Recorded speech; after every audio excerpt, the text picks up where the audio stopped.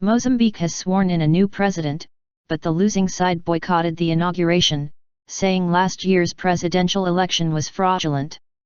Filipe Nyusi won a contentious election last October and was sworn in Thursday in the capital city, Maputo, at a ceremony attended by thousands of people. Members of the opposition Renamo party boycotted the ceremony, and its members of parliament refused to take their seats this week to protest against last year's vote.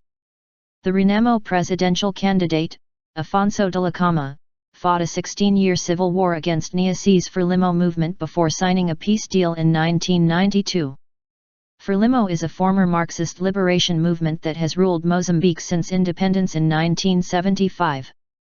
Opposition groups say its tight grip on power has left many ordinary Mozambicans excluded from economic and social progress. Renamo says it is willing to hold peace negotiations with the newly installed president. The talks would help ease political tensions in the country after the party rejected the outcome of the election. Eduardo Namburat, the opposition party's head of external relations, said Renamo would accept Nyusi's legitimacy only if he acknowledges that the election was marred by voter irregularities. To us, what happened today was meaningless. We don't see it as something that truly represents what Mozambicans were expecting as the outcome of the elections on October 15, said Namburat. Our recognition will depend on the understanding that the process was not conducted in a fair manner, said Namburat. If he shows that openness, acknowledge that things didn't go well, then we may also recognize him as the president, and engage in discussions to reach a common ground to reach a peaceful settlement. Citing voter fraud during the poll, Dhlakama rejected the outcome of the election and threatened to split the country into two. Some Mozambicans expressed concern that Renamo supporters could take up arms and threaten the southern African country's stability. Namburat says the time has come to resolve tensions.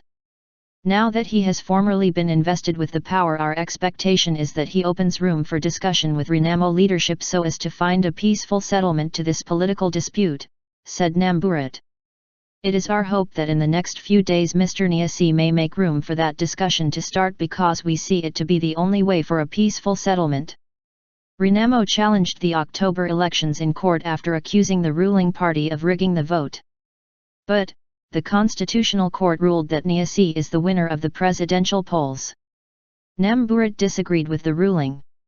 He said the country is politically divided in two after opposition lawmakers refused to participate in parliamentary proceedings.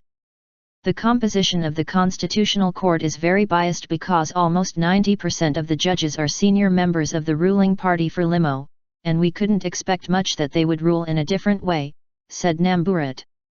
The only way now is to start negotiations between Renamo and the government with both parties meeting halfway.